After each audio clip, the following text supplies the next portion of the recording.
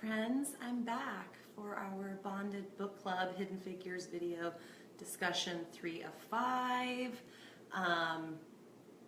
Right, we're on 3, yep. 2 o'clock, then Sam will be back at 3 o'clock, and then I'll be back at 4:30, and then we will be done. We are so thrilled to be here discussing this with you guys. Hidden Figures has a special place in our heart after reading it. It was such a great book, and we are delighted to continue the discussion.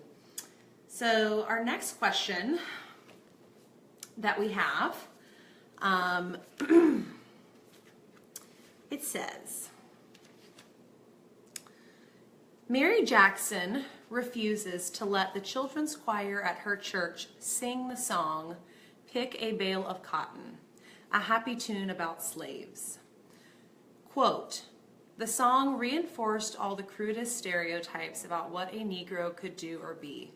Sometimes she knew the most important battles for dignity, pride, and progress were fought in the simplest of actions." End quote.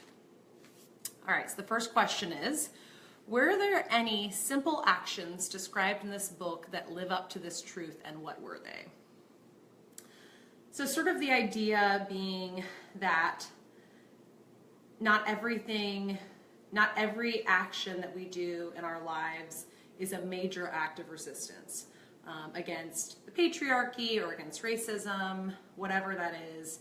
There are lots of little things that we can do in our lives, little tiny actions to resist and to change the conversation, and to change how people think about us, particularly for marginalized groups of people. And throughout the book, the women of Hidden Figures had little acts of resistance throughout their work days, throughout their volunteering, throughout just raising their children, that helped to change the conversation and change the perception of them as marginalized people, as women of color.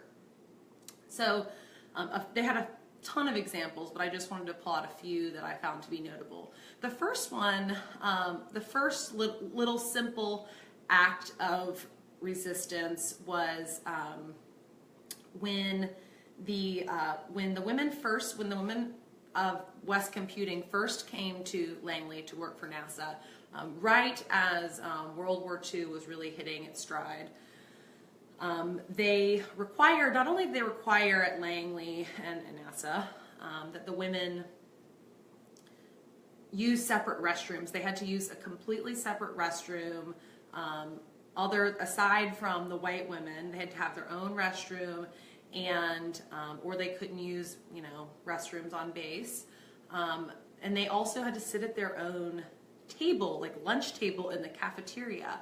And the table had a sign above it that said colored. And so the women would very reluctantly and resentfully go sit at this table. And eventually they got so annoyed having to sit at this table that with the sign on it, they would have just sat at the table, but it was the fucking sign. The sign that was so degrading and so demoralizing and made them feel so separate and so different when they were literally doing the same work as everybody else at NASA. So anyways, one of the women ended up putting the sign in her purse, and it happened a few times. The sign kept getting replaced, and she just kept putting it in her purse. And eventually the sign never came back. So it was like this little tiny act of resistance that made them feel empowered and have some amount of control over their story and who was telling it and writing it, and how they were being perceived by their colleagues. So that was one little act. Katherine Johnson also, at one point, when she was pulled out of West Computing to go work in an engineering section, where she at one point was the only woman and the only woman of color, she didn't put too much thought into the fact that she was not using a restroom that was designated for black women. She just used the women's restroom. And nobody really said anything about it for a while, until at some point, several years down the road of actually working in this section, being superb at engineering and superb at math, somebody said, "Oh, why aren't you using the restroom designated for you?" And she just kind of waved it off, refused to use that restroom, and just continued to go about her day. No skin off her back. Another example was when Katherine told a higher up engineer who had given her an assignment. It was a math assignment to basically, work through this calculation. And so she worked through the calculation, and he kept telling her that she was wrong. And as it turned out, she was not wrong. All of her math was correct. His equation that he had developed was incorrect. And so she kept trying to tell him this, and he didn't believe her. He kept thinking that she did something wrong. And so eventually they took it up the chain, and the folks up the chain were like, no, dude, your equation was wrong. So that was another example.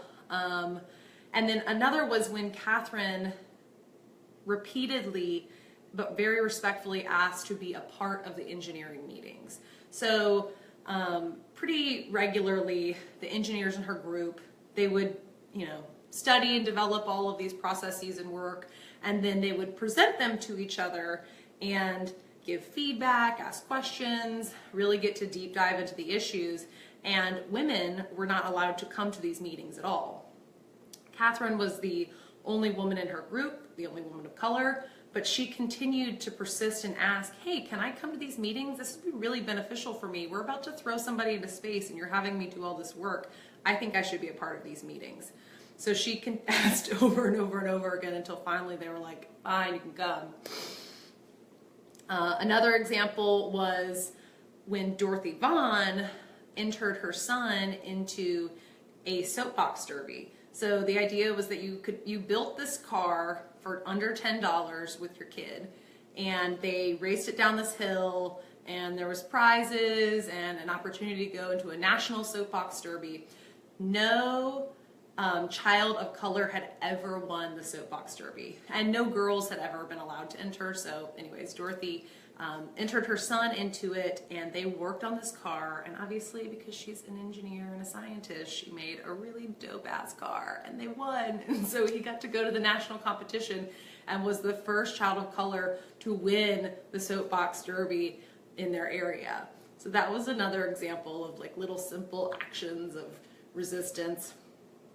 And the final one that I remembered was with Mary Jackson. So Mary Jackson was another engineer in the book, and she was working on some incredibly high-tech space devices and research. And as the research progressed, and it was progressing so rapidly, NASA saw the need to be educating its employees, using its employees to educate other employees, because they were raising the bar so quickly and so much was happening at once. The United States was in a fierce competition with Russia to get a satellite into orbit, to get a person into orbit, to get to the moon. So there was this intense need for education within NASA. So at this time, schools were still segregated, and that, I guess, apparently applied to adults. So when the continuing education classes began occurring at the White High School, Mary was prohibited from going. So she had to go swallow her pride and appeal to the school board to get permission to go and attend continuing education classes for her job. That is so hard to imagine. But she did it and was able to go and take the classes at Hampton High School and work alongside all of her teammates and get the research done, but she still had to swallow it, take it in, and keep moving forward. So anyways, those are some of the the little simple acts of resistance that I noticed in the book. There were tons of others though. If you remember any that kind of stuck out to you, feel free to comment in the comment section. I would love to know what stuck out to you.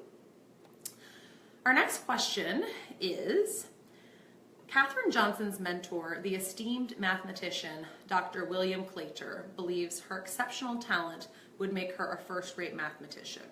But when Katherine Johnson asks, "Where will I find a job?" his only response is, quote, "That will be your problem." How would you have responded? Would you have continued to pursue a graduate degree given those challenges? And why do you think Katherine made the decisions that she made? So in a way that is very different, I can sort of sympathize with Katherine and where she was at. Again, this is a very different way. Katherine was barred at the time from entry into most jobs because of her gender and her skin. And I have never experienced that and probably will never experience that. So again, my like little relation to this is a little bit different. But I remember coming out of school in 2008 time, and jobs being terrible, and wondering, okay, I'm going to all this school, this graduate school, and I don't know if there's going to be jobs for me. Should I keep doing this? Is it worth it?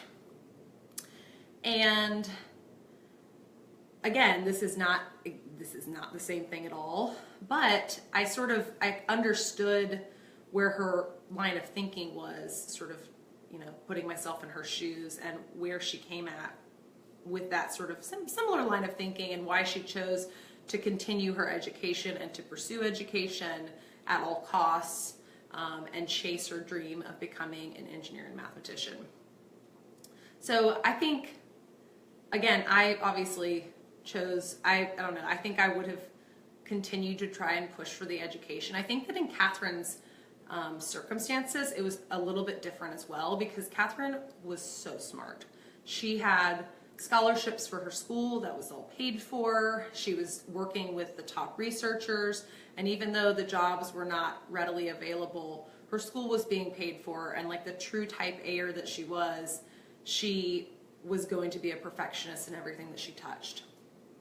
So I think Katherine saw school and education as a stepping stone to pursuing her dream, and she was going to do that. She always had backup options. She talked about that in the book. She kept her teaching certificates up to par, and that was always an option. She was not like, I'm just going to fly into the wind and hope for the best. She had the schooling, she had all the certificates to go down a different route if she had to, but I think that she saw it was worth it for her happiness and her fulfillment in life to go after this dream job. She even talked about how intellectual discussions and academics and academia and curiosity always got the best of her.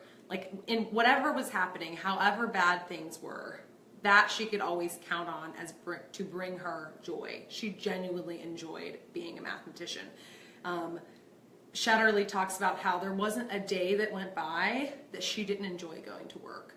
So when you love something that much and you were that good at it and you were that smart, I think in her mind she knew, I'm going to try and find a way no matter what, regardless of what happens, and I'm going to try my best. And it's such an inspiring way of looking at things. It's such a relatable thing. So yeah, those are my thoughts. Maybe you have different thoughts. I'd love to hear what you have to say. Comment in the comment section. And I will be back at 4:30 for our last discussion video. Sam will be back at 3 o'clock. So tune in then. Bye.